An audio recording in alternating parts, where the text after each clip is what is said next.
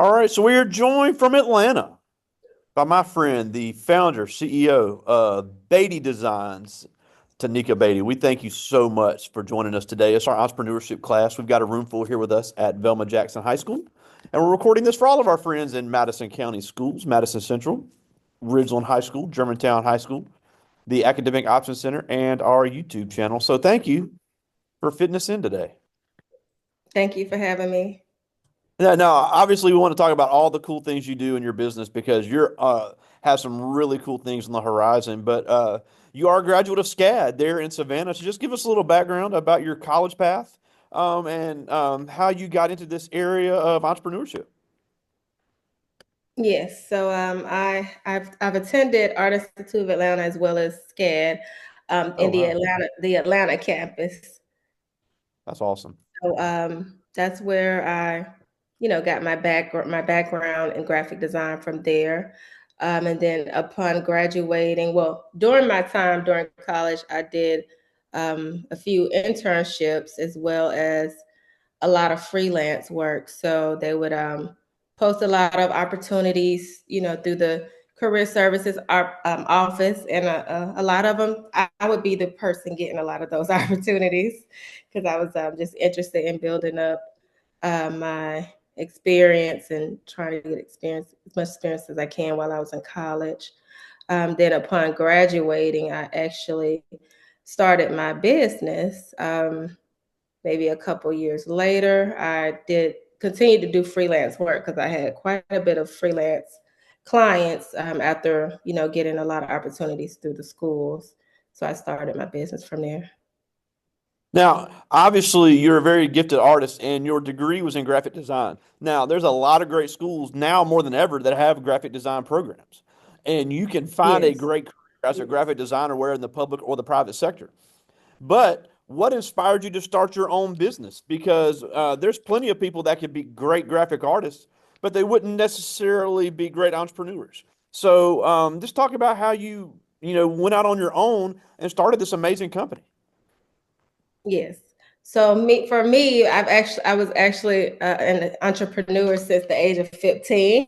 So Oh wow.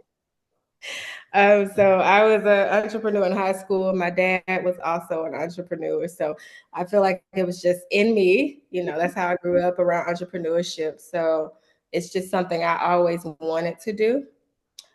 So yeah, that's how I got into the entrepreneurship path. And yeah, it was pretty challenging, in the beginning. Of course, I have this creative background, but then you need to have that, business background. So just navigating through that, and over the years, taking a lot of, courses and workshops and programs, and even going back to school, taking some business programs as well, just to get that business knowledge. Yeah, and I'm glad you mentioned that because that was a great segue because we have several people in this class and we've had them over the years, with in other areas that are very skilled. I've had I love the story because we have a doctor that'll join us sometimes and she was one of award-winning physician winning all these awards in medicine. So she decided to open her own practice and she said, I didn't have a clue what I was doing. So there's a big learning curve when it comes to maybe the field you have a background in and running your own business. So talk about that learning curve and things you had to learn and pick up on in a hurry once you became an entrepreneur. Yes. So for me, going to art school, we didn't really have any classes that was focused on entrepreneurship. I think we had one business class. And so, I was trying to take what I learned from that. They taught us a few things, but I realized that was not enough for me. I didn't know how to properly write a contract. I had this agreement that they taught us how to do in college, but it was not the type of contract I needed to have. I think at the time I'd have been like a 2-page agreement or something, but that was far from what I needed to protect myself, in any kind of situation that would, arise with clients. So going through that and also learning how to not just, focus on the creative side, but learning how to grow the business, market the business, all of those things. And usually, when you start, you're that one person that does everything. So you have to juggle many hats of being the salesperson, the creative person, all those things, building those relationships. Also networking. I did a lot of networking over the years and finding different organizations to be a part of and committees. So that was very helpful. Yeah, and it really is all about networking and marketing because you can be great at what you do, but if nobody knows about it, if nobody sees your work, it's impossible to make any type of living. One Yeah. thing that I've seen when it comes to entrepreneurs, because we've had several students come through this class, start their own business, hard workers, great concept, great customer service, but immediately I see what they're charging, and the first thing I tell them is, you're not charging enough because a lot of young people get in that mindset of, well, I'm only 17 years old. This is all I can afford. And you wind up working yourself to death. So when it comes to pricing a product and coming up with what something is really worth, what are some ways that you can do that and still be quite profitable? Yes. So in terms of pricing, I would say to look at what are the competitive rates within that industry, or look at figure out who your competitors are and what they're charging and what's that market price, what are people paying in the market, and then sort of put it in line with that versus just getting some kind of money, because I was that person that was just trying to get a few dollars for just doing whatever I could do. But when you could be, getting more money if it's competitively priced. Yeah, and something you guys do at Betty Designs that I noticed, and we had like I said before lunch, we looked briefly at some of the things you do. If maybe you can offer a little bit more, people will pay for convenience. If they don't have to go somewhere else to do something else that you offer, that gives you not only a great leg up on your competition, it gives you the ability to maybe charge just a little bit more. So talk about all the different things that you guys offer at Betty Designs because obviously you build the websites, but you do a lot of other stuff as well when it comes to how businesses build their brand. Yes. So, of course, my background is in graphic design. That's where I started. And then over the years, I've developed a love for web development and all of the technical things that comes along with that. So now we offer branding, web development. We're doing like AI technology. We also do cybersecurity, help desk support. We build Wow. software portals, data analytics, and then digital marketing. So, So obviously, like you said, your background is in graphic design. What inspired you to get into these other areas? Because even though they are kind of related, they have different skill sets. So what was it that inspired you to get into these other areas? so for me, I got into the web development piece because we were also designing websites, but then I was interested in all the technical aspects of it, and that was challenging. But I like a challenge, so just learning about all the technical things, and then I developed a love for all of the technical things, and then how as time changed, the technology changed, so trying to keep up with all those different changes and so you can stay ahead of that curve. So that was why we wanted to expand in other areas. Now, I'm glad you mentioned that too, because right now, all of them that are here with me are watching you on an iOS operating system on a MacBook. And that's fine. Apple has a lot of great products. We have a lot of kids that say they want to get into the tech entrepreneurship space. They want to get into the web development. So obviously, there are multiple operating systems that must be learned. There are multiple types. It's not as heavy in the coding as it used to be, but there's still multiple coding languages. And on top of that, just the art aspect as well. So, how important is it if someone is interested in getting into this type of business to learn multiple software and operating systems? So for me, I don't know all of the technical things. I'm the business owner, but I actually hire people to do certain things. So, I started in graphic design, worked my way up. As time went on, I would hire people to help with marketing and all these things. So, just taking it step by step. And then when you get to a certain point, it's not that you have to know how to do everything. And I feel like a lot of people feel like they have to know how to do every single thing they offer. You do need to understand it. You need to understand the market, the trend, where it's going, but you don't have to understand every technical aspect of the actual job, as long as you can hire people or staff people to do that. So for me, over the years, there were certain projects that I would get from clients. And I had one particular client, which is a Russell Innovation Center for Entrepreneurs in Atlanta. Yeah. I started with doing their branding and a small site, but they gave me the opportunity to basically do whatever I needed to do to help them grow to become the largest Black entrepreneurship center in the United States. And I took that Wow. opportunity to help them with their automation, their workflows, building out a portal, integrating their learning management system where the Wow. members would actually learn how to scale their companies from startup to multi-million-dollar level. We also did help desk support. That was my first time ever doing that, but there was a need because at the time they had hundreds of Wow. members and they needed technical support. So that was our first opportunity to get into that. And so we became that help desk support where they could reach out to us for all their technical issues as far as, can't access accounts, giving them access to certain things. So all of that. So yeah, so that was my opportunity to scale into other areas that I hadn't really thought of, but I was interested in doing so. Wow, what a great idea. Unbelievable. Now, before I get to their question, something I want to talk about I think is important, and you've kind of alluded to this a couple of times, but I know every other teacher that sees this will agree with me, and I know I can speak for them.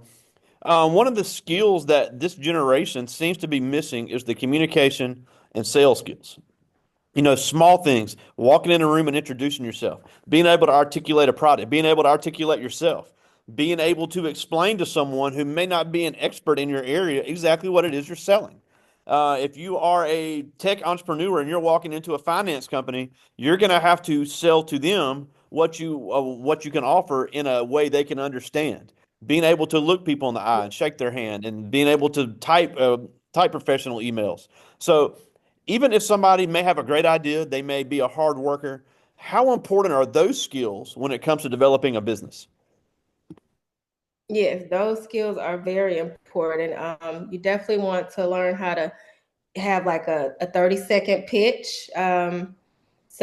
We used to do that a lot, as well as something called speed networking. You have like a minute to tell what you do, and you got to keep going around to different people and just develop those, speaking skills. If you can join some kind of Toastmaster group or something that can help you with those speaking skills, that's also good.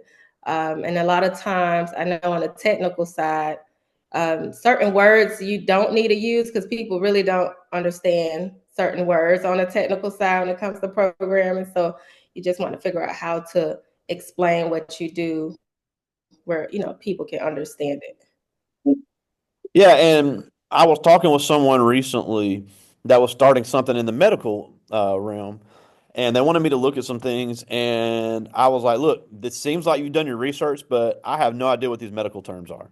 So, I mean, I'm not saying it was bad because if they get a medical person to look at that, by all means, I think it's going to look great. So, but small things like that, being able to articulate, oh, that's what this means. It's the tool that does X, Y, Z. Things like that are just so important when it comes to really setting yourself apart from competitors. Now, I do want to get to some questions from the students. So this first one is Jaden Latiker. He's in senior, very interested in starting a nonprofit type business, really has a community service mindset. And he asks, of all the projects you've worked on, what has been the most fun to take part in? I would say the Russell Innovation Center, where they basically gave me the freedom to do whatever I felt like they needed. Because most times you get a project, they will tell you we want this, this, and this. That's it. Like you don't get the freedom to just give us what you think we need. So that, and they were a nonprofit, but they were like one of the fastest growing nonprofits in Atlanta. So Wow. yes. That's incredible. This is Shirai Luckett. He's in 10th grade, really interested in the transportation industry. He had a great concept for a trucking company this year. And he asked, what drives you to keep going and working so hard for your business? Well, I've always had an entrepreneurial drive. So for me, just I like to continue to build my company and, continue to stay ahead of that curve and learn new things and, help businesses make an impact. So that's what drives me. That's awesome. Now, I love this question. This is Anthony Walker. He's a senior, already operating his own small business as a clothing line. So he's got the entrepreneurial mindset as well. And he asked, what made you notice the need within your field? What made me notice the need within my field? Yeah, Um, or the need for your business to be in that field. yes. So for me, I felt like there were some businesses, but there weren't a lot of like minority owned, women owned design and technology companies. So that's what made me realize that. Yeah, and what a great place to be in Atlanta. We have several guests of this class as well that are in similar roles there in Atlanta. It's just really a hotbed for anybody looking to get into the tech space. So, really, really, a lot of great minds coming out of that area right now. I got time for one more. This is Destiny Smith. She's the only young lady with us in here today, but she also has some really interesting business concepts. But she asked, she's a senior, so getting ready to graduate, and she asked, what advice would you have for a young girl that wanted to become a business owner? I would say to learn as much as you can on entrepreneurship. Now there's a lot of online resources. Try to learn as much as you can on business, entrepreneurship, sales, marketing, and definitely make sure you build up your confidence to go out there and network and sell your business to others. Absolutely, I agree. Now, we're almost out of time, and I just thank you so much for joining us. And also, I'm glad you're feeling better. But a few things before we go. Obviously, BadieDesigns.com. You're also got all of your social media on there. A lot of your work is posted on there. So, anywhere else we can find you online to see some of the things you're doing. Well, everything's on my site. I have the Instagram, the Facebook, the website. Yes. I also have LinkedIn, so you can find me there if you search my name. Awesome. Now, the Yeah. last thing before we go is obviously this is a growing field. It's a growing area of entrepreneurship, and like I said, we have several kids that are interested in the tech space. So even if it's at just a side hustle, as you know, you said you did a lot of freelance work. Why should these kids really consider getting into this area of entrepreneurship? Because just like every other field, it really needs more diverse faces and more diverse ideas.